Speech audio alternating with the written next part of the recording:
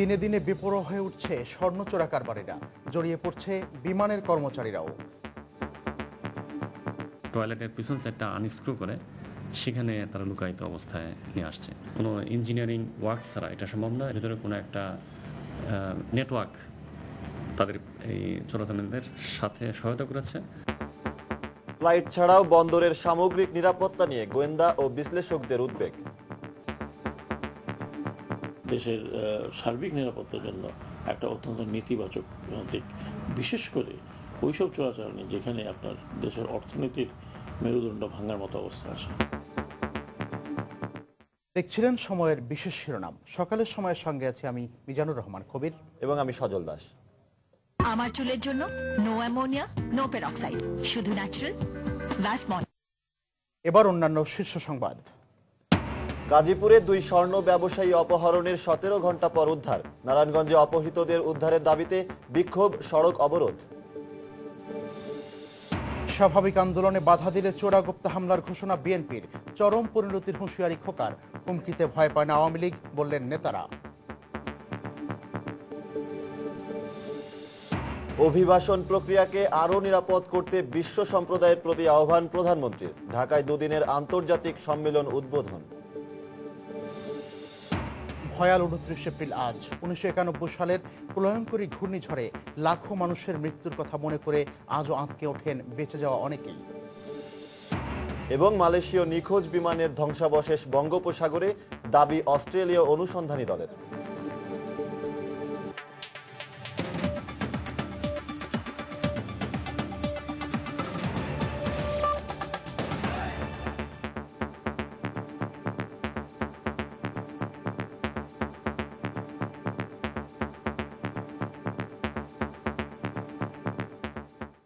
শুরুতে স্বর্ণ চোরাচালান নিয়ে সময়ের বিশেষ আয়োজন।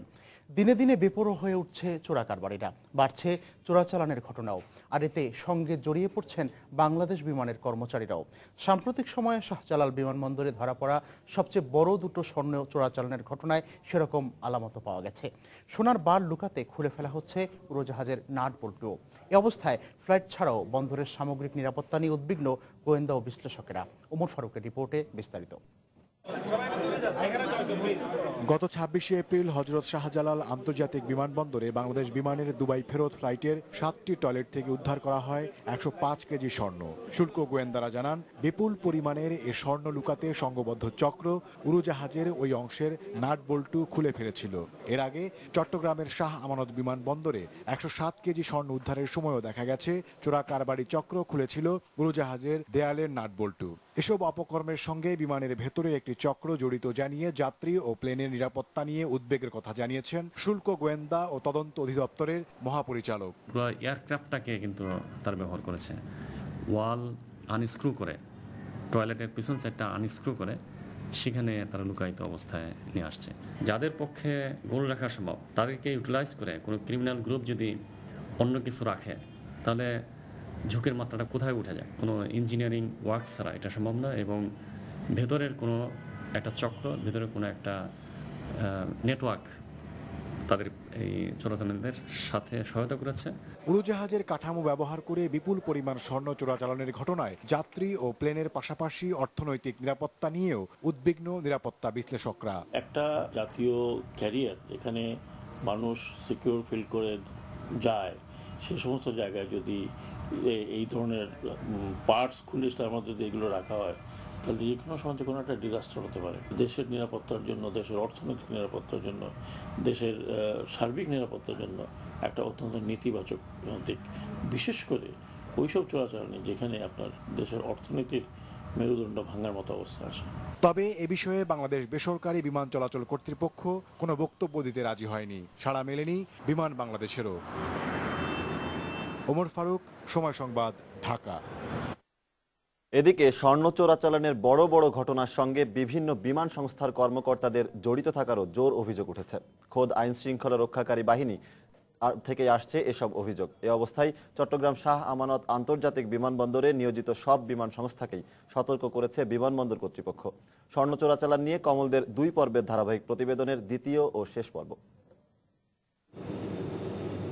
চলতি বছরের প্রথম 4 মাসে চট্টগ্রাম শাহ আমানত আন্তর্জাতিক বিমানবন্দরে যে 62টি চালান ধরা পড়েছে, এর মধ্যে শুধুমাত্র বাংলাদেশ বিমানের ফ্লাইটে ছিল 30টি চালান। এর মাঝে বড় 7টি চালানে এখান থেকে উদ্ধার করা হয় 139 কেজি স্বর্ণের বার। বাকিগুলো উদ্ধার করা হয়েছে মধ্যপ্রাচ্য থেকে আসা অন্যান্য বিমান সংস্থার ফ্লাইট থেকে।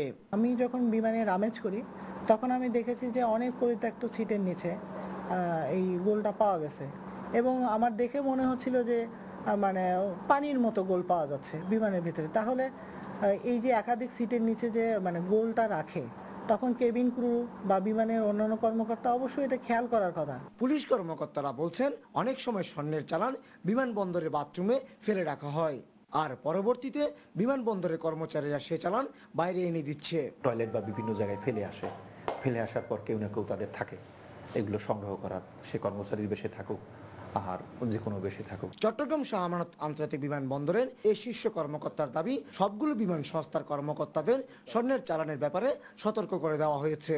আমরা সকল সংস্থাকে বারবার সতর্ক করে দিচ্ছি যে আপনারা সজাগ থাকবেন যেন আপনাদের কেউ জড়িয়ে না পড়ে। আর যদি কাউকে আমরা এরকম জড়িত পাই বা সেরকম যদি কোনো আমাদের কাছে রিপোর্ট আসে, আমরা তদন্ত করছি বা ভবিষ্যতেও তদন্ত করব, এবং আমরা সদর দপ্তরের নির্দেশনা অনুযায়ী তারা যেভাবে পদক্ষেপ নিতে পারেন সেভাবে পদক্ষেপ নেব। তবে এসব চালান আটকের ঘটনায় এখন পর্যন্ত বিমান সংস্থাগুলোর বিরুদ্ধে কোনো ব্যবস্থা নেওয়া হয়নি। শুধুমাত্র গত 20 মার্চ 3.5 কেজি স্বর্ণের বার আটকের ঘটনায় পরিচ্ছন্নতা বিভাগের 2 কর্মীকে গ্রেপ্তার করা হয়। কমল দে, সময় সংবাদ, চট্টগ্রাম। এবার অন্যান্য প্রসঙ্গ। প্রায় 18 ঘন্টা পর গতকাল বিকেল থেকে স্বাভাবিক হলো ঢাকার সঙ্গে দেশের উত্তর ও দক্ষিণ পশ্চিমাঞ্চলের রেল যোগাযোগ। প্রবল ঝড়ের কবলে পড়ে রোববার রাতে দিনাজপুরগামী দ্রুতযান এক্সপ্রেস ট্রেনের 9টি বগি লাইনচ্যুত হলে এ রুটে রেল যোগাযোগ বন্ধ হয়ে যায়। ঝড়ের দমকা হওয়ায় বগিগুলো সেতু সড়কের দিকে ঝুঁকে পড়ায় ট্রেনটি দুর্ঘটনার ভয়াবহতা থেকে রক্ষা পায়। ঘটনাস্থল থেকে ফিরে বিস্তারিত জানাচ্ছেন খান মোহাম্মদ রুমেল। ঢাকা থেকে দিনাজপুরগামী দ্রুতযান ট্রেনটি দুর্ঘটনায় পড়ার 6 ঘন্টা পর ভোর 5টা থেকে শুরু হয় উদ্ধার অভিযান। ঈশ্বরদী এবং ঢাকা থেকে আসা 2টি রিলিফ ট্রেন 12 ঘন্টার চেষ্টায় লাইনচ্যুত হওয়া 9টি বগি উদ্ধার করে। বিকেল 4টা থেকে স্বাভাবিক হয় ঢাকার সঙ্গে উত্তর ও দক্ষিণবঙ্গের রেল যোগাযোগ।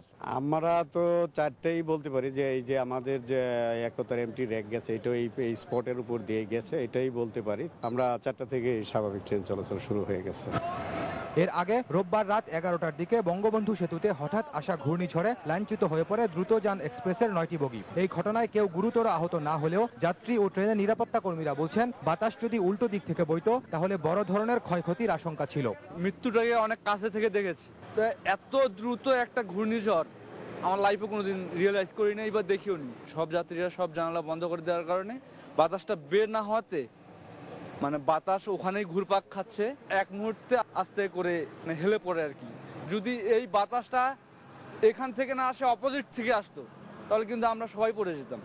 রোববার রাতেই দুর্ঘটনাস্থল পরিদর্শন করেন রেলপথ মন্ত্রী। এ সময় তিনি বলেন, ঝড়ের কারণে ট্রেনটি দুর্ঘটনা কবলিত হয়েছে বলে প্রাথমিকভাবে মনে করছেন তারা। এই ধরনের ঘটনা জীবনে কোনোদিন ঘটে নাই, প্রচন্ড ঘূর্ণিঝড়ে এই দুর্ঘটনা। আমরা সাথে সাথে একটি তদন্ত কমিটি গঠন করেছি। এই দুর্ঘটনার কারণসমূহ উল্লেখ করে আগামী 3 দিনের মাঝে তারা আমাদের কাছে রিপোর্ট দাখিল করবেন। বঙ্গবন্ধু সেতুর রেল সড়কে এটি প্রথম ট্রেন দুর্ঘটনা বলে জানান সংশ্লিষ্টরা। খান মোহাম্মদ রুমেল, সময় সংবাদ, বঙ্গবন্ধু সেতু, সিরাজগঞ্জ। অপহরণের প্রায় 17 ঘন্টা পর মুক্ত হলেন গাজীপুরের কালিয়াকৈরের স্বর্ণ ব্যবসায়ী 2 ভাই। পুলিশ জানায়, গত রাত 8:45টার দিকে অপহৃতদের চন্দ্রা বাইপাস এলাকায় রেখে যায় অপহরণকারীরা। পরে স্বজনদের জানানো হলে পুলিশ গিয়ে তাদের উদ্ধার করে। তবে এই ঘটনায় জড়িত কাউকে এখন পর্যন্ত আটক করতে পারেনি পুলিশ। এর আগে এদিন সকালে এই 2 ব্যবসায়ীকে পুলিশ পরিচয়ে তুলে নিয়ে যায় দুর্বৃত্তরা। রাত অনুমান 8:30টার দিকে আমরা এই অভিযান চলাকালীন সময়ে ঢাকা চন্দ্রা আশুলিয়া মহাসড়কের পাশে একটা জায়গাতে আমাদের হঠাৎ করে আমাদের তৎপরতার কারণে ওই যে অপহৃত 2 ভাই তাদেরকে আমরা রাস্তার পাশে থেকে উদ্ধার করি এবং তাদের সাথে যারা জড়িত আছে তাদেরকে ধরার জন্য আমাদের ওই অভিযান অব্যাহত আছে। এদিকে আবার ময়মনসিংহের ভালুকায় আইনশৃঙ্খলা বাহিনীর পরিচয়ে 2 শিক্ষককে হাতকড়া পরিয়ে তুলে নিয়ে গেছে বলে পরিবার থেকে অভিযোগ করা হয়েছে। এ ঘটনায় ভালুকা থানায় 2টি পৃথক জিডি করা হয়েছে। শিক্ষকদের স্বজনরা জানান, গতকাল ভালুকা উপজেলার পাঁচগাঁও গ্রামের আলহাজ শামসুদ্দিন মুন্সির বাড়িতে আইনশৃঙ্খলা বাহিনীর পরিচয় দিয়ে 8 থেকে 10 জনের একটি অস্ত্রধারী দল দরজা ভেঙে ঘরের ভেতরে প্রবেশ করে এবং পরে অস্ত্রের মুখে স্থানীয় গণজাগরণ টিউটোরিয়াল কোচিং সেন্টারের প্রধান শিক্ষক কামাল হোসেন সবুজ ও সহকারী শিক্ষক আবু বকর সিদ্দিক স্বপনকে হাতকড়া পরিয়ে নিয়ে যায় তারা।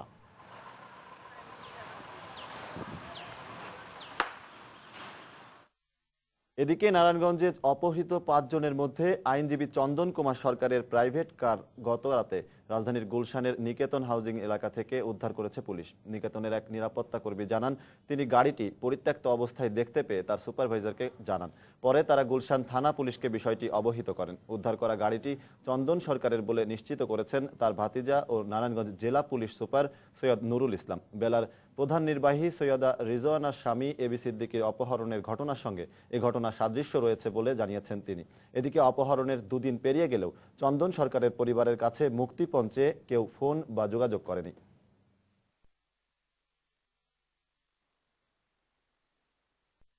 সামনে পিছনে 2টা নাম্বার প্লেটই যে ভিকটিমের যে নাম্বার প্লেট, সেই নাম্বার প্লেটের সঙ্গে মিল আছে, গাড়ির কালার মিল আছে, কাগজপত্র আছে গাড়ির ভিতরে, সবকিছু মিল আছে। অর্থাৎ প্রাথমিকভাবে আমরা মোটামুটি নিশ্চিত হয়েছি যে ভিকটিমেরই গাড়ি। পিছনে কে আঘাত করলো এবং কিভাবে আঘাতটা হলো এটা দেখার জন্য যাচ্ছিলাম, তখনই তাকে তুলে নেওয়া হয়েছে। তো যোগসূত্র থাক বা না থাক, নেচারটা যে একই রকম, এইটা কিন্তু প্রাথমিকভাবে আমরা গেজ করছি। গাড়িটা দেখা যাচ্ছে, সেটা কি আপনারা নিশ্চিত? হ্যাঁ, নিশ্চিত আমাদের গাড়ি, আমাদের নাম্বার এটা। আচ্ছা, আমাদের গাড়ি। এখন ওনার এমনিতে রাজনৈতিক মানে উনি ক্যারিয়ার নাই, কারণ উনি রাজনীতি করতো না, উনি সাদা সিধা মানুষ, ওকালতি করতো আর বাড়ির এই ওনার এই এতটুকু ছিল। সাদা মানুষ, সাদা মনের মানুষ না, এমন কোনো না। মুক্তিপণের বিষয়ে আমাদের কাছে কোনো ফোন টোন না, এখনো আসে নাই। এর আগে গতকাল সকালে নারায়ণগঞ্জে অপহৃত 5 জনের মধ্যে ওয়ার্ড কাউন্সিলর নজরুল ইসলামকে উদ্ধারের দাবিতে তার সমর্থকরা ঢাকা চট্টগ্রাম মহাসড়ক অবরোধ করে বিক্ষোভ করেছেন। নজরুলের পরিবার দাবি করছে রাজনৈতিক প্রতিপক্ষ নূর হোসেন এই ঘটনা ঘটিয়েছে। এদিকে পুলিশ বলছে ঘটনার তদন্তে বেশ কিছু অগ্রগতি হয়েছে। নারায়ণগঞ্জের ওয়ার্ড কাউন্সিলর নজরুল ইসলামের অপহরণের ঘটনায় সোমবার সকাল থেকে রাস্তায় নেমে আসে তার সমর্থকরা। এ সময় টায়ার জ্বালিয়ে সড়ক অবরোধ করে রাখে তারা। পরে প্রশাসনের আশ্বাসের প্রেক্ষিতে দুপুর 12টার দিকে ঢাকা চট্টগ্রাম মহাসড়কে অবরোধ তুলে নেওয়া হয়। নজরুল ইসলামের পরিবারের অভিযোগ, পূর্ব শত্রুতার জের ধরে রাজনৈতিক প্রতিপক্ষরা এই ঘটনা ঘটিয়েছে, কিন্তু অভিযুক্তকে আটকে পুলিশ উদাসীন বলে দাবি করছে তারা। দ্বন্দ্বটা শুরু হয় আপনার আগে রাস্তা করা নিয়ে, এই আপনার 2 মাস আগে। সরকার রাস্তার মধ্যে কাজ করতেছে, এই নূর হোসেনের লোক পাঠাইছে, কাজ করতে পারবো না। নূর হোসেনের 10টা-12টা গাড়ি পাঠাইছে অস্ত্র শস্ত্র দিয়া, সব লোকের আমাদের পিটাইয়া এই রাস্তায় আমরা করতে পারবি না। মাননীয় প্রধানমন্ত্রীর কাছে আমরা অনুরোধ, আমার স্বামীকে তাড়াতাড়ি যাতে ফেরত দেয়। প্রশাসন এখন হোসেনের মান্থলি ভাতা হয়ে গেছে, হোসেনের কথাই উঠে বসে। আমি বারবার বলছি, হোসেন আমার সাহেবকে অপহরণ করেছে, তারা এটা মানতেই চান না। এদিকে পুলিশ জানিয়েছে মামলা রেকর্ড হওয়ার আগেই তদন্ত শুরু করা হয়েছে। নজরুল ইসলামের সাথে কারো বিরোধ ছিল কিনা সেই বিষয়টি মাথায় রেখেই চলছে তদন্ত। টাকা পয়সার লেনদেন সঙ্গে কোনো দ্বন্দ্ব ছিল কিনা, ক্ষমতার কোনো দ্বন্দ্ব ছিল কিনা, রাজনৈতিক দ্বন্দ্ব ছিল কিনা, একটা তো খুবই গুরুত্বপূর্ণ একটা বিষয়। একটা ওয়ার্ড কাউন্সিলর 3 জন লোক সহ নিখোঁজ, তো এটা তো অত্যন্ত গুরুত্বপূর্ণ স্পর্শকাতর একটা বিষয়। কাজে আমরা এটা আমাদের যতটুকু সাধ্য আছে আমরা চেষ্টা করব। রোববার দুপুরে জেলা আদালতে একটি মামলায় হাজিরা শেষে গাড়িতে করে সিদ্ধিরগঞ্জ ফিরে যাওয়ার পথে শিবু মার্কেট এলাকায় রাস্তা অবরোধ করে 5 জনকে তুলে নেওয়া হয় বলে দাবি করেছে নজরুলের পরিবার। এদিকে অপহৃত আইনজীবী চন্দন সরকারের মুক্তির দাবিতে নারায়ণগঞ্জ আইনজীবী সমিতি আদালত প্রাঙ্গণে সমাবেশ শেষে ঢাকা নারায়ণগঞ্জ লিংক রোড এলাকা 1 ঘন্টা অবরোধ করে রাখে। পরে তারা পুলিশ সুপারের কার্যালয়েও ঘণ্টাব্যাপী ঘেরাও করে রাখে। শাহ আলী জয়, সময় সংবাদ, ঢাকা। এদিকে অপর কমিশনার নূর হোসেন ও সিদ্ধিরগঞ্জ থানা আওয়ামী লীগের সাধারণ সম্পাদক সহ 6 জনের বিরুদ্ধে গতকাল ফতুল্লা থানায় মামলা করেছেন নজরুল ইসলামের পরিবার। স্বাভাবিক আন্দোলনে বাধা দিলে চোরাগোপ্তা হামলা চালানোর ঘোষণা দিয়েছে বিএনপি। আর তাহলে সরকারকে চরম পরিণতি ভোগ করতে হবে বলেও হুঁশিয়ারি উচ্চারণ করেছেন দলটির নেতারা। গতকাল সকালে জাতীয় প্রেস ক্লাব প্রাঙ্গণে দলের ঢাকা মহানগর কমিটির এক বিক্ষোভ সমাবেশে বক্তব্য রাখেন তারা। সরকারের বিরুদ্ধে বিচার বহির্ভূত হত্যা, মিথ্যা মামলা, গুম ও নির্যাতনের অভিযোগ তুলে এর প্রতিবাদে দেশব্যাপী কর্মসূচির অংশ হিসেবে আয়োজন এই বিক্ষোভ সমাবেশের। এতে প্রধান অতিথি ছিলেন দলের ভারপ্রাপ্ত মহাসচিব মির্জা ফখরুল ইসলাম আলমগীর। সরকারের বিভিন্ন কর্মকাণ্ডের কঠোর সমালোচনা করে মির্জা ফখরুল চূড়ান্ত আন্দোলনের জন্য নেতাকর্মীদের প্রস্তুত হওয়ার আহ্বান জানান। একমাত্র আন্দোলনের মধ্য দিয়েই আমাদের দেশীয় নেত্রীর মিথ্যা মামলা, তারেক রহমান সাহেবের মিথ্যা মামলা এবং সারা বাংলাদেশের যত মিথ্যা মামলা আছে, গুম খুন, এগুলো আমরা বন্ধ করতে পারি, অন্য কোনোভাবে বন্ধ করা যাবে না।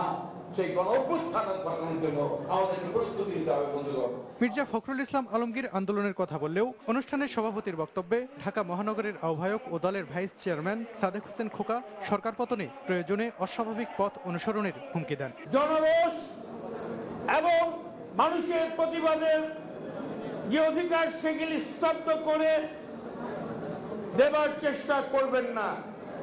আপনার ভালোর জন্যই বলি, অলরেডি কথাবার্তা শুরু হয়েছে। যদি স্বাভাবিক প্রতিবাদের পথ বন্ধ করেন, অস্বাভাবিক প্রক্রিয়ায় চোরাগুপ্তা পথে সেই আপনার পরিবর্তনের যে জন আকাঙ্ক্ষা, সেটা বাস্তবায়নের দিকে যাবে। সেটার জন্য আপনাকে নির্মম পরিণতি ভোগ করতে হবে। এদিকে সোমবার বিকেলে নয়াপল্টনে দলের কেন্দ্রীয় কার্যালয়ে অঙ্গ ও সহযোগী সংগঠনের নেতাদের নিয়ে যৌথ সভা অনুষ্ঠিত হয়। এতে মহান মে দিবসে সোহরাওয়ার্দী উদ্যানে সমাবেশ করার সিদ্ধান্ত নেওয়া হয়। প্রধান অতিথি হিসাবে উপস্থিত থাকবেন দেশনেত্রী বেগম খালেদা জিয়া। সেখানে একটা আন্দোলন পরিকল্পনাও ঘোষণা করা হবে। সালাউদ্দিন সুমন, সময় সংবাদ, ঢাকা। এদিকে বিএনপি নেতা সাদেক হোসেন খোকার বক্তব্য রাষ্ট্রদ্রোহিতার শামিল এবং সংবিধান পরিপন্থী বলে মন্তব্য করেছেন আওয়ামী লীগের প্রেসিডিয়াম সদস্য নুহুল আলম লেনিন। গতকাল বিকেলে সময় সংবাদের কাছে তাৎক্ষণিক প্রতিক্রিয়ায় তিনি এ মন্তব্য করেন। সম্পূর্ণভাবে সংবিধান বিরোধী এবং রাষ্ট্র বিরোধী কথা বলেছেন, আইন শৃঙ্খলার বিরোধী কথা বলেছেন। প্রচলিত আইন, সংবিধানে এই ধরনের হুমকি দেওয়ার অধিকার কারো নাই। সাদেক হোসেন খোকা সাহেব এর আগে এই ধরনের হুমকি দিয়েছেন বা তার দলের পক্ষ থেকে দেওয়া হয়েছে। এই হুমকিকে আমরা মোটেই কোনোভাবে পাত্তা দিচ্ছি না, আমরা মোটেই এই ব্যাপারে ভীত নই। বরং আমরা মনে করি যে দলটি বিএনপি এবং তার নেতৃত্ব, তারা জনগণ থেকে এতটাই বিচ্ছিন্ন হয়েছে যে এখন জনগণের শক্তিতে আর বিশ্বাসী নাই, সেই জন্য তারা সন্ত্রাসের পথ বেছে নিচ্ছে। বিএনপি দেশের বিরুদ্ধে ষড়যন্ত্রে লিপ্ত, তাই এদের শুধু রাজনৈতিক প্রতিপক্ষ নয়, শত্রু হিসেবে বিবেচনা করতে হবে বলে মন্তব্য করেছেন খাদ্যমন্ত্রী অ্যাডভোকেট কামরুল ইসলাম। রোববার নিউ ইয়র্কে জ্যাকসন হাইটসের পালকি সেন্টারে যুক্তরাষ্ট্র আওয়ামী লীগ আয়োজিত এক অনুষ্ঠানে তিনি একথা বলেন। এরা দেশটাকে ধ্বংস করতে চায়, এরা আমাদের মুক্তিযুদ্ধের ইতিহাসকে পাল্টে দিতে চায়, এরা আমাদের স্বাধীনতার সার্বভৌমত্ব নস্যাৎ করতে চায়। এরা দেশের মানুষের বিরুদ্ধে আজকে সুগভীর ষড়যন্ত্রে লিপ্ত। আমাদের উন্নয়নের অগ্রযাত্রাকে তারা থামিয়ে দিয়েছে। এদেরকে কোনো অবস্থাতেই রাজনৈতিক প্রতিপক্ষ মনে করি না। এদেরকে আমরা শত্রুপক্ষ, ৭১-এ পাক হানাদার বাহিনী যেমন আমাদের শত্রুপক্ষ ছিল, আজকে এরাও এইগুলোতে আমাদের শত্রুপক্ষ। অভিবাসন প্রক্রিয়াকে মানুষের জন্য আরও নিরাপদ করতে বিশ্ব সম্প্রদায়ের প্রতি আহ্বান জানিয়েছেন প্রধানমন্ত্রী শেখ হাসিনা। গতকাল সকালে রাজধানীতে ২০১৫ পরবর্তী উন্নয়ন এজেন্ডায় উন্নয়ন সংক্রান্ত বৈশ্বিক বিশেষজ্ঞ সম্মেলনের উদ্বোধনী অনুষ্ঠানে তিনি বক্তব্য রাখেন। এ সময় অভিবাসনের সুফল পেতে অনুন্নত দেশগুলোর সহায়তায় অর্থ, জ্ঞান ও প্রযুক্তি নিয়ে উন্নত দেশগুলোকে এগিয়ে আসতে হবে বলেও উল্লেখ করেন প্রধানমন্ত্রী। উন্নত জীবন, কাজের সুযোগ কিংবা রাজনৈতিক কারণে নিজ দেশ ছেড়ে অন্য দেশে বাস করেন পৃথিবীতে এমন অভিবাসী রয়েছেন প্রায় ২৫ কোটি। বিশ্বের বিভিন্ন দেশে বাংলাদেশেরও প্রায় ১ কোটিরও বেশি জনশক্তি কাজ করেন। ২০১৫ পরবর্তী বৈশ্বিক উন্নয়ন পরিকল্পনায় অভিবাসনের চ্যালেঞ্জ কল্যাণকর উপায়ে কিভাবে মোকাবেলা করা যায় তা নিয়ে আলোচনা চলছে বেশ জোরে সোরেই। ঢাকায় বাংলাদেশ ও সুইজারল্যান্ডের যৌথ আয়োজনে অভিবাসন বিষয়ে বিশেষজ্ঞ সভায় উঠে আসে অভিবাসী মানুষদের মর্যাদা এবং তাদের অর্থনৈতিক নিরাপত্তা নিশ্চিত করার বিষয়টি। অনুষ্ঠানে প্রধানমন্ত্রী শেখ হাসিনা বলেন, অভিবাসীকে কেবল অর্থনৈতিক কার্যক্রম বা উৎপাদনের উপাদান হিসেবে দেখা যাবে না। অভিবাসন প্রক্রিয়াকে আরও নিরাপদ, নিয়মতান্ত্রিক এবং কল্যাণমূলক করা প্রয়োজন। আমাদের আলোচনার কেন্দ্রে থাকতে হবে অভিবাসীদের অধিকারের বিষয়টি। উৎস এবং গন্তব্য উভয় দেশে অভিবাসন এবং অভিবাসী কর্মীদের ইতিবাচকভাবে তুলে ধরতে হবে। 2012 সালে ব্রাজিলের রিও ডি জেনিরোতে অভিবাসীদের সব ধরনের সুযোগ সুবিধা নিশ্চিত করতে বিশ্ব সম্প্রদায় একমত হলেও বর্তমানে বাস্তবতা ভিন্ন। এই প্রেক্ষাপটে অভিবাসী প্রতিটি পুরুষ এবং নারীর অধিকারকে সমর্থন দিতে তাই বিশ্ব সম্প্রদায়ের প্রতি আহ্বান জানান শেখ হাসিনা। বাংলাদেশের মতো ক্রমাগতভাবে বৃদ্ধিপ্রাপ্ত যুব জনসংখ্যার কর্মসংস্থান সৃষ্টি একটি বড় ধরনের চ্যালেঞ্জ। বিশ্বকে এই প্রশিক্ষণযোগ্য যুব জনশক্তিকে সম্পদ হিসেবে বিবেচনা করতে হবে। এমন উপায় চিহ্নিত করুন যাতে অভিবাসন দারিদ্র্য বিমোচনে ভূমিকা রাখতে পারে। রেমিটেন্স পাঠানো এবং অভিবাসীদের সব ধরনের খরচ সর্বনিম্ন পর্যায়ে নিয়ে আসার তাগিদও দেয়া হয় সভা থেকে। সত্ত্বেও শাহ আলী জয়, সময় সংবাদ, ঢাকা। মেট্রো রেল আইন 2014 এর খসড়া নীতিগত অনুমোদন দিয়েছে মন্ত্রিসভা। গতকাল প্রধানমন্ত্রীর সভাপতিত্বে মন্ত্রিসভার সাপ্তাহিক নিয়মিত বৈঠকে এ অনুমোদন দেওয়া হয়। দুপুরে সচিবালয়ে এ বৈঠকে মেট্রো রেল পরিচালনা ও ব্যবস্থাপনার জন্য মেট্রো রেল আইনের খসড়া নীতিগত অনুমোদন ছাড়াও সরকারি যানবাহন আইন 2014 এবং ইনভেস্টমেন্ট কর্পোরেশন অব বাংলাদেশ আইনের অনুমোদন দেওয়া হয়। বৈঠকে মিশরের সাথে একটি অর্থনৈতিক ও কারিগরি সহায়তা চুক্তির প্রস্তাবও অনুমোদন করা হয়।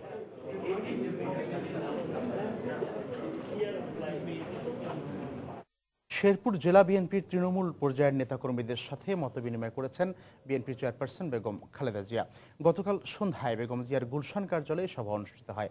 শেরপুর জেলা বিএনপির ভারপ্রাপ্ত সভাপতি আব্দুর রাজ্জাক আশিস ও সাধারণ সম্পাদক মাহমুদুল হক রুবেলের নেতৃত্বে 74 সদস্যের প্রতিনিধি দল সভায় উপস্থিত ছিলেন। এছাড়া বিএনপির ভারপ্রাপ্ত মহাসচিব মির্জা ফখরুল ইসলাম আলমগীরও এ সময় উপস্থিত ছিলেন। দলকে সাংগঠনিকভাবে পুনর্গঠিত করার ধারাবাহিকতায় প্রতিটি জেলার নেতাকর্মীদের সাথে বেগম জিয়া মতবিনিময় কার্যক্রম চালিয়ে যাচ্ছেন।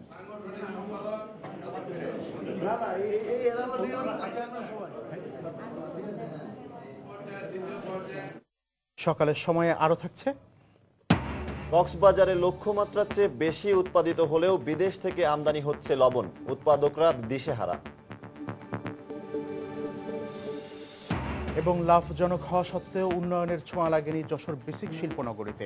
অর্থ বরাদ্দ হলে সমস্যার সমাধান হবে বলছেন কর্তৃপক্ষ।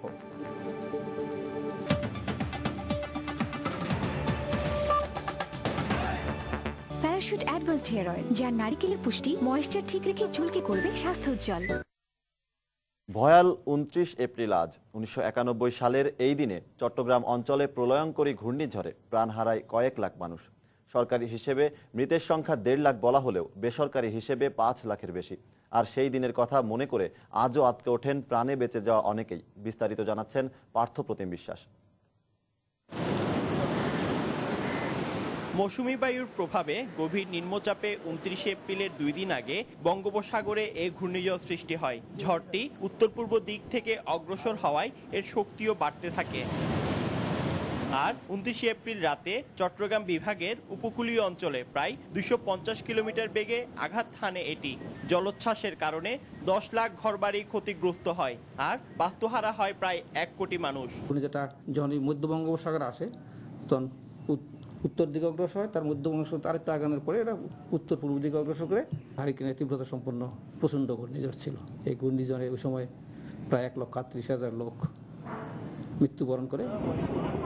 এই ঘূর্ণিঝড়ের ফলে প্রায় 20 ফুট উচ্চতার জলোচ্ছ্বাসে উপকূলীয় এলাকা প্লাবিত হয়, যার ফলে লাখ লাখ মানুষের ঘরবাড়ি, গবাদি পশু পানিতে তলিয়ে যায়। আর সেই দিন যারা বেঁচে গিয়েছিলেন তারা আজও আটকে ওঠেন সেই দিনের কথা মনে করে। কোনো কোনো ঘরে একজন বেঁচে আছে এবং এলাকা ধ্বংস হয়ে গেছে।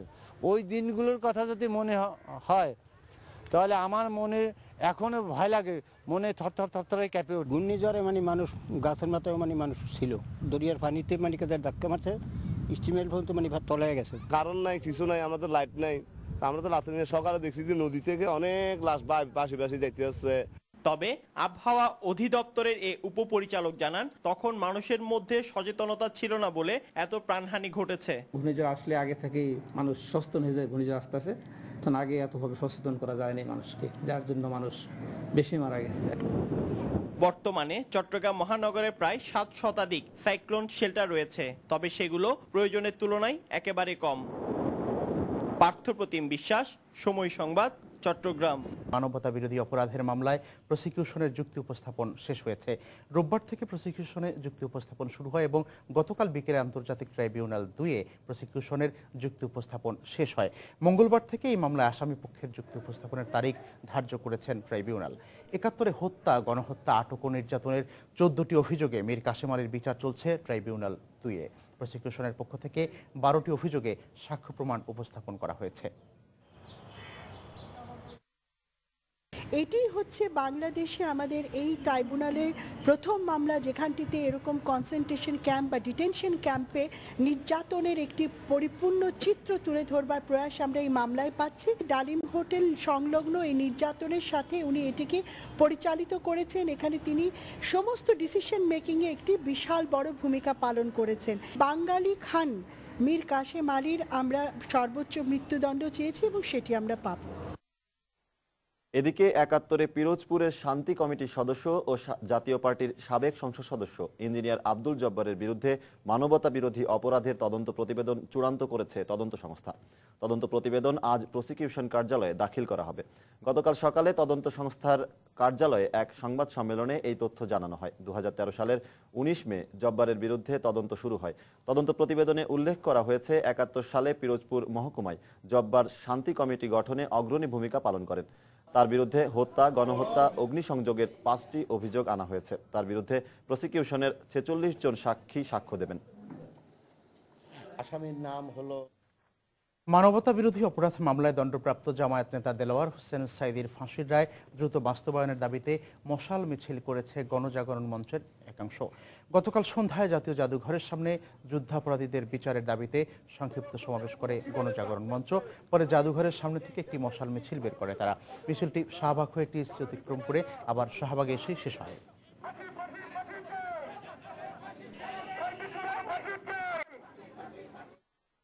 বাংলাদেশ কৃষি বিশ্ববিদ্যালয়ের শিক্ষার্থী সাদ হত্যার সাথে জড়িতদের গ্রেপ্তার ও আজীবন বহিষ্কার এবং সম্পূরক তদন্ত কমিটি রিপোর্ট দ্রুত প্রকাশের দাবিতে আজ থেকে বিশ্ববিদ্যালয়ে অনির্দিষ্টকালের সর্বাত্মক ধর্মঘটের ডাক দিয়েছে আন্দোলনরত শিক্ষার্থীরা। গতকাল সকালে বিভিন্ন হল থেকে বিক্ষোভ মিছিল নিয়ে বিশ্ববিদ্যালয়ের প্রশাসনিক ভবনের সামনে এসে অবস্থান নেয়। পরে সেখান থেকে বিক্ষোভ মিছিল নিয়ে বিভিন্ন অনুষদ প্রদক্ষিণ করে এবং ক্লাসে বাধা দেওয়া হয়। পরে আবারও প্রশাসনিক ভবনের সামনে এসে সমাবেশ করে শিক্ষার্থীরা। সমাবেশে আজ থেকে বিশ্ববিদ্যালয়ে অনির্দিষ্টকালের সর্বাত্মক ছাত্র ধর্মঘটের কর্মসূচি ঘোষণা করা হয়। ধামরাই ও আশুলিয়ায় দিনভর অভিযান চালিয়ে সোমবার ৩ ভুয়া চিকিৎসককে আটক করেছে র‍্যাব ৪-এর ভ্রাম্যমাণ আদালত। এদের মধ্যে 2 জনকে 2 বছর করে সশ্রম কারাদণ্ড এবং অপর একজনকে 4 বছরের সশ্রম কারাদণ্ড দেওয়া হয়েছে। এছাড়া এদেরকে অর্থদণ্ডও করেছেন ভ্রাম্যমাণ আদালত। স্টেশন নাম্বারটা সে ব্যবহার করে এই ব্যক্তি ডাক্তার শেখ তৈয়বুর রহমান সাতক্ষীরার কালীগঞ্জ উপজেলা স্বাস্থ্য কমপ্লেক্সে কর্মরত আছেন সহকারী সার্জন হিসেবে। আর ইনি হলেন মোহাম্মদ সবুজ। ডাক্তার শেখ তৈয়বুর রহমানের নাম ধারণ করে তিনি দিব্যি চিকিৎসা দিয়ে যাচ্ছেন ঢাকার আশুলিয়ায়। উচ্চ বেতনে ডাক্তার হিসেবে চাকরিও নিয়েছেন সেখানকার একটি পোশাক কারখানাতে। নকল করেছেন সাতক্ষীরার ওই সহকারী সার্জনের শিক্ষাগত ও ডাক্তারি সনদ, এমনকি ন্যাশনাল আইডি কার্ডও। অভিযোগ পেয়ে সাতক্ষীরা থেকে আসল তৈয়বুর রহমানকে ঢাকায় এনে আশুলিয়ায় অভিযান চালায় র‍্যাব ৪-এর একটি ভ্রাম্যমাণ আদালত। আটক করে ওই ভুয়া ডাক্তারকে। ধরা পড়ে নিজের জালিয়াতির কথা স্বীকার করেন সবুজ। তৈয়বুর ভাইয়ের সার্টিফিকেট নিয়ে আমি করছি। চিকিৎসা দিলাম কিভাবে, এটা হলো বড় কথা। রোগের সিমটম দেখে আমি বুঝতে পারতাম। সে আমার নাম, আমার পিতার নাম, আমার মাতার নাম, আমার সব ঠিকানা ব্যবহার করছে এবং আমার রেজিস্ট্রেশন নাম্বারটা সে ব্যবহার করে সে ডাক্তারি করতেছে আর কি। অভিযোগ প্রমাণিত হওয়ায় ভুয়া চিকিৎসককে শাস্তি দেন ভ্রাম্যমাণ আদালত। সবুজকে টোটাল 4 বছরের সশ্রম কারাদণ্ড, 2 লক্ষ টাকা জরিমানা, অনাদায়ে 6 মাসের কারাদণ্ড প্রদান করা হলো। এর আগে ধামরাইয়ের শ্রীরামপুর ও ইসলামপুরে 2টি ক্লিনিকে অভিযান চালিয়ে তোফাজ্জল হোসেন ও আব্দুল সালাম নামে আরো 2 ভুয়া চিকিৎসককে আটক করেন ভ্রাম্যমাণ আদালত। সনদ ছিল না এবং তারা কেউ ইন্টারমিডিয়েট পাস, কেউ হয়তো ওয়ার্ড বয় হিসেবে হসপিটালে কাজ করেছে, কেউ হেলথ টেকনোলজির উপরে লেখাপড়া করে ডক্টর শব্দ ব্যবহার করে তারা রোগীদের সাথে প্রতারণা করে যাচ্ছে। তাফসির বাবু, সময় সংবাদ, ঢাকা। সকালের সময় আরো থাকছে। মালয়েশীয় নিখোঁজ বিমানের ধ্বংসাবশেষ বঙ্গোপসাগরে, দাবি অস্ট্রেলীয় অনুসন্ধানী দলের।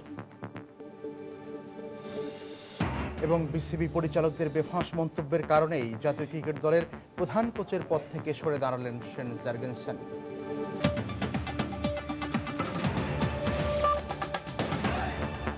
প্যারাশুট অ্যাডভান্সড হেয়ার অয়েল, যা নারকেলের পুষ্টি ময়েশ্চার ঠিক রেখে চুলকে করবে স্বাস্থ্য উজ্জ্বল।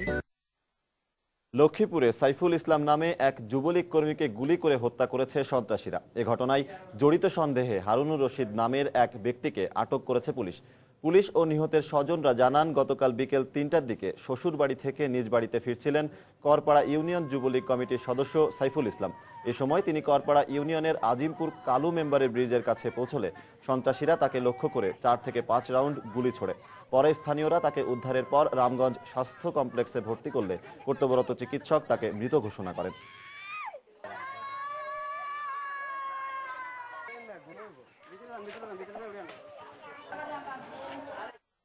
এদিকে লক্ষ্মীপুর সদরের চন্দ্রগঞ্জ ইউনিয়নের পাঁচপাড়া গ্রামে সোমবার সন্ধ্যায় জমি সংক্রান্ত বিরোধের জের ধরে সংঘর্ষে একজন নিহত এবং 5 জন আহত হয়েছে। আপনারা দেখছেন সকালে। আরেকবার জানিয়ে দিচ্ছি এখন পর্যন্ত শীর্ষ সংবাদগুলো। দিনে দিনে বেপরোয়া হয়ে উঠছে স্বর্ণ চোরা কারবারিরা, জড়িয়ে পড়ছেন বিমানের কর্মচারীরাও। বন্দরের সামগ্রিক নিরাপত্তা নিয়ে উদ্বেগ। গাজীপুরে 2 স্বর্ণ ব্যবসায়ী অপহরণের 17 ঘন্টা পর উদ্ধার। নারায়ণগঞ্জে অপহৃতদের উদ্ধারের দাবিতে বিক্ষোভ, সড়ক অবরোধ। স্বাভাবিক আন্দোলনে বাধা দিলে চোরাগোপ্তা হামলার ঘোষণা বিএনপির। চরম পরিণতির হুঁশিয়ারি খোকার, হুমকিতে ভয় পায় না আওয়ামী লীগ, বললেন নেতারা। অভিবাসন প্রক্রিয়াকে আরো নিরাপদ করতে বিশ্ব সম্প্রদায়ের প্রতি আহ্বান প্রধানমন্ত্রীর। ঢাকায় 2 দিনের আন্তর্জাতিক সম্মেলন উদ্বোধন। এবং ভয়াল 29 এপ্রিল আজ 1991 সালের প্রলয়ঙ্করী ঘূর্ণিঝড়ে লাখো মানুষের মৃত্যুর কথা মনে করে আজও আঁতকে ওঠেন বেঁচে যাওয়া অনেকেই।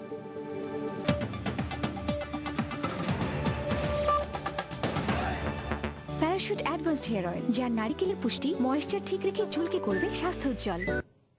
যুক্তরাষ্ট্রের বাজারে বাংলাদেশের জিএসপি সুবিধা পুনরায় ফিরে পাওয়ার শর্ত পূরণে অগ্রগতি সন্তোষজনক হলেও এ ব্যাপারে বাংলাদেশকে আরও কাজ করতে হবে বলে জানিয়েছেন যুক্তরাষ্ট্রের দক্ষিণ এশিয়া বিষয়ক সহকারী বাণিজ্য প্রতিনিধি মাইকেল ডিলানি। গতকাল সকালে রাজধানীর সোনারগাঁও হোটেলে বাণিজ্য বিনিয়োগ সহযোগিতা ফোরাম টিকফার প্রথম বৈঠক শেষে সাংবাদিকদের একথা বলেন তিনি। শ্রমিকদের কর্মপরিবেশ উন্নয়ন সহ শ্রম আইন সংশোধন এবং বাংলাদেশের বাজারে অগ্নি নির্বাপন পণ্যের রপ্তানির জন্য শুল্ক কমানোর প্রস্তাব দেন মার্কিন এই প্রতিনিধি। দ্বিপাক্ষিক বাণিজ্য সম্পর্ক, বাংলাদেশের বাজারে যুক্তরাষ্ট্রের বিনিয়োগ সহ পণ্যের প্রবেশাধিকার সহ বিভিন্ন বিষয় নিয়ে বৈঠকে আলোচনা হয় বলে এ সময় জানান বাংলাদেশের প্রতিনিধি দলের প্রধান বাণিজ্য সচিব মাহবুব আহমেদ। কক্সবাজারে লক্ষ্যমাত্রার চেয়ে বেশি লবণ উৎপাদিত হলেও বিদেশ থেকে লবণ আমদানি করছেন মিল মালিকরা। ফলে হাজার হাজার মন লবণ নিয়ে দিশেহারা এ পেশায় জড়িত অর্ধলক্ষাধিক চাষি। এদিকে আমদানি বন্ধ করে লবণ চাষিদের স্বার্থ রক্ষায় সরকারিভাবে উদ্যোগ নেওয়ার দাবি জানিয়েছেন লবণ চাষী কল্যাণ পরিষদের সভাপতি। কক্সবাজার প্রতিনিধি সুজাউদ্দিন রুবেলের পাঠানো তথ্য ও ছবি নিয়ে ডেস্ক রিপোর্ট। কক্সবাজারের হাজার হাজার একর জমিতে এভাবেই ছড়িয়ে ছিটিয়ে আছে আমাদের জীবনের অন্যতম নিত্য প্রয়োজনীয় দ্রব্য লবণ। রাত দিন পরিশ্রম করে এখানকার প্রায় 55,000 চাষি দেশের মোট চাহিদার প্রায় 95% লবণ উৎপাদন করে। আবহাওয়া ভালো থাকায় চলতি মৌসুমে উৎপাদন লক্ষ্যমাত্রা ছাড়িয়ে যাবে বলে ধারণা করছেন বিশেষজ্ঞরা। কিন্তু মিল মালিকরা লবণ না কেনায় মাঠেই লবণ পড়ে আছে। এখানকার চাষিদের আশার প্রতীক লবণ যেন গলার কাঁটা হয়ে ঝুলে আছে চাষিদের গলায়। আমরা যা আশা করেছিলাম এবছর লবণের মৌসুমে তার চেয়ে অনেক পরিমাণ আমরা লবণ পেয়েছি, কিন্তু ন্যায্য মূল্য আমরা পাচ্ছি না। কেজির পিছনে হচ্ছে যে 5 টাকা বিক্রি করে 1 কেজির প্রতি পাচ্ছি যে 3 টাকা থেকে 2.5 টাকা। 30 বছর ধরে আমরা এই যে লবণের চাষে জড়িত আছি, কিন্তু আমাদের চাষিরা সব চলে যাচ্ছে। লবণ আমদানির অজুহাতে লবণের দাম কমিয়ে দিচ্ছে মিল মালিকরা। আর সরকারের এমন সিদ্ধান্তের সমালোচনা করলেন বিসিকের এই কর্মকর্তা। যতটুকু ঘাটতি শুধু ততটুকু লবণ আমদানির জন্য আমরা সুপারিশ করে থাকি। অতিরিক্ত আমদানির ফলে দেশে সারপ্লাস লবণের পরিমাণ অনেক বেশি থাকায় লবণের ন্যায্য মূল্য চাষিরা পাচ্ছে না। অন্যদিকে লবণ আমদানি বন্ধ করে প্রান্তিক লবণ চাষিদের স্বার্থ রক্ষার্থে সরকারিভাবে উদ্যোগ নেয়ার দাবি জানালেন বাংলাদেশ লবণ চাষী কল্যাণ পরিষদের এই নেতা। সরকার যদি আন্তরিকতার সহিত এই সমস্যাদি নিরসনের জন্য ব্যবস্থা না নেয় তাহলে বাংলাদেশ পরনির্ভরশীল হবে, এতে কোনো সন্দেহ নাই। বিসিক জানিয়েছে চলতি বছর জেলার 64,000 একর জমিতে 18,96,000 মেট্রিক টন লবণ উৎপাদনের লক্ষ্যমাত্রা নির্ধারণ করা হয়েছে। সমসংবাদ, কক্সবাজার। দেশের অন্যতম সফল ও বৃহত্তম বিসিক শিল্পনগরীর একটি যশোরে। এখানকার চালু শিল্প প্রতিষ্ঠানের সবকটি লাভজনক। ট্যাক্স বাবদ বছরে সরকার পাচ্ছে প্রায় 29 কোটি টাকা, কিন্তু তারপরও উন্নয়নের ছোঁয়া লাগেনি, রয়েছে সন্ত্রাসীদের দৌরাত্ম্য। উদ্যোক্তারা গত 9 বছর ধরে দ্বিতীয় শিল্পনগরীর দাবি জানিয়ে আসলেও সেটিও রয়েছে ফাইলবন্দি অবস্থায়। আর বেসিক কর্মকর্তা বলছেন, অর্থ বরাদ্দ হলে সমস্যার সমাধান হবে। যশোর প্রতিনিধি জুয়েল মৃধার তথ্য ও ছবি নিয়ে ডেস্ক রিপোর্ট। 1961 সালে 50.4 একর জমির উপর গড়ে ওঠে যশোর বেসিক শিল্পনগরী। এখানকার 292টি প্লটের 123টি শিল্প কারখানা আর বাকিগুলো বাণিজ্যিক প্লট। আর 114টি কারখানা পূর্ণোদ্যমে উৎপাদনে রয়েছে। 7টি বন্ধ হয়ে গেছে আর 2টি নির্মাণ কাজ চলছে। এই শিল্পনগরী থেকে প্রতি অর্থবছর সরকার রাজস্ব আয় পায় প্রায় 29 কোটি টাকা, কিন্তু তারপরও সব ধরনের সুযোগ সুবিধা থেকে বঞ্চিত, এমনই অভিযোগ শিল্প উদ্যোক্তাদের। বেসিক তো আমাদের কাছে সার্ভিস চার্জ নেয়, কিন্তু সার্ভিস চার্জের কোনো বালাই নাই। এখানে ড্রেনেজ ব্যবস্থার সমস্যা রয়েছে, বর্ষাকালে জলাবদ্ধতা সৃষ্টি হয়। এইটা বেসিক কর্তৃপক্ষের এই সেবাটা প্রদান করার দরকার, কিন্তু আমরা নিজের উদ্যোগেই নিজের খরচে এই ড্রেনেজ ব্যবস্থাগুলো আমরা সমস্যার সমাধান করছি। দীর্ঘদিন ধরে রাস্তা ও ড্রেনেজ সমস্যার সাথে রয়েছে পানির সমস্যাও, ব্যবহার অনুপযোগী সড়কগুলো আর পয় নিষ্কাশন ব্যবস্থার বেহাল দশা। রাস্তাঘাটে চলাফেরা করার কোনো নিরাপত্তা নাই, আমরা গাড়ি রেখে যে ঘুমাবো, ঘুমানোর কোনো পরিস্থিতি নাই। বেসিক শিল্পের কোনো ড্রেন দেখে নিলে একটা পরিষ্কার নেই, রাস্তাঘাটের অবস্থাও খারাপ। উদ্যোক্তাদের অভিযোগ, সন্ত্রাসীদের চাঁদা দিতে হিমশিম খাচ্ছেন তারা। সকাল বিকাল চাঁদা নিতে আসে, এই 500, 1000, 2000 কোনো মানে ঠিক মানে অ্যামাউন্ট নেই কোনো। এই নীলগঞ্জে ছেলেপেলে আছে, এদিকে ছেলেপেলে আছে। এই শিল্পনগরীর সব প্লট বরাদ্দ হয় 9 বছর আগে দাবি ওঠে দ্বিতীয় শিল্পনগরী গড়ার, কিন্তু সে উদ্যোগও ফাইলবন্দি। দাইতলা নামক স্থানে আরেকটা শিল্পনগরী করার কথা ছিল, সেটাও ফাইলবন্দি হয়ে ঝুলে আছে। শিল্পনগরী কর্মকর্তা জানালেন, বেসিক কেন্দ্রীয় বোর্ডকে জানানো হয়েছে, বরাদ্দ পেলেই সমস্যার সমাধান করা হবে। আমাদের শিল্পনগরীতে বেশ কিছু সমস্যা আছে, যেগুলো আমরা আমাদের বেসিকের মাধ্যমে আমরা মন্ত্রণালয়কে অবহিত করেছি। আমরা ইনশাল্লাহ কিছু টাকা পয়সা পেয়ে যাব এবং আমরা বৃষ্টির আগে আমরা ড্রেন পরিষ্কার করতে পারবো। 440 কোটি টাকার পণ্য উৎপাদনকারী এই শিল্পনগরী থেকে প্রতি অর্থবছর সরকার রাজস্ব আয় পায় প্রায় 29 কোটি টাকা। সময় সংবাদ, যশোর। আপনারা দেখছেন সকালের সময়।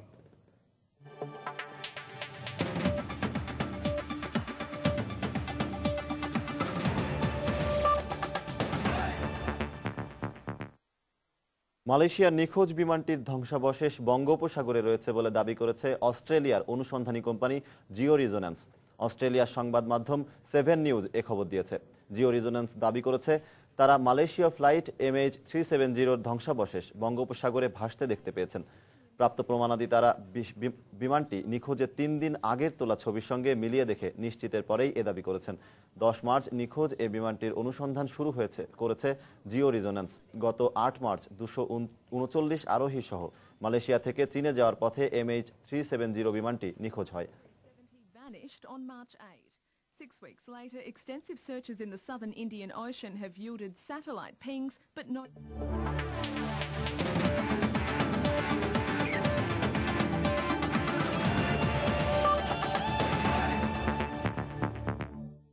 নিজের 38তম জন্মদিনের দিন চুক্তির মেয়াদ শেষ হওয়ার আগেই বাংলাদেশ ক্রিকেট দলের হেড কোচের পদ থেকে অব্যাহতি চেয়ে চিঠি দিয়েছেন শেন জার্গেনসেন। সম্প্রতি দলের বাজে পারফরমেন্সের পর গণমাধ্যমে দেয়া বিসিবি পরিচালকদের তাঁর সম্পর্কে বেফাঁস মন্তব্যের কারণেই তিনি পদত্যাগ করছেন বলে চিঠিতে জানান। পাশাপাশি সেন বিসিবিকে লিখিত চিঠিতে আরও জানিয়েছেন, ক্রিকেট বোর্ড চাইলে আগামী জুনে ভারতের বিপক্ষে হোম সিরিজ পর্যন্ত দায়িত্ব পালন করতে পারেন তিনি। আর সেনের এমন চিঠিকে বিসিবি বলছে আবেগের সিদ্ধান্ত। রিপোর্ট শান্ত বিশ্বাসের। 2011 সালে বোলিং কোচ হিসেবে বাংলাদেশের ক্রিকেটের সঙ্গে যাত্রা শুরু করা শেন জার্গেনসেন 2012 সালে হন সহকারী কোচ। পরে হঠাৎ করেই তৎকালীন টাইগারদের কোচ রিচার্ড পাইবাস পদত্যাগ করলে বিসিবি ভরসা পায় এই অস্ট্রেলিয়ানের ওপর। ভারপ্রাপ্ত কোচ হিসেবে 2012 সালের অক্টোবরে দায়িত্ব নিয়েই ওয়েস্ট ইন্ডিজের বিপক্ষে সিরিজ জেতান টাইগারদের।